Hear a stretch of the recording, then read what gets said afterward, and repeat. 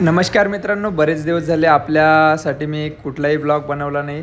तर चला मित्रांनो, आपण माझी युनिकॉर्न घेऊन आपण जाऊया गुगळादेवी संस्थानला. इथे मी एक जे झाड लावलेलं आहे त्या झाडाची माहिती देतो आणि ते कोणासाठी लावले आहे त्याचीसुद्धा माहिती देतो.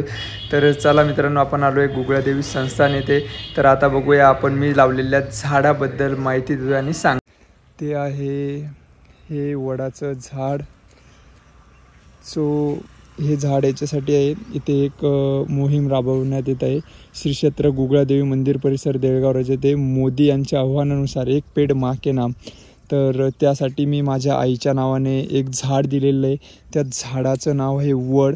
वडामध्ये जी ताकद असते, वडामध्ये जी शक्ती असते ती कुठल्याच गोष्टीमध्ये नसते.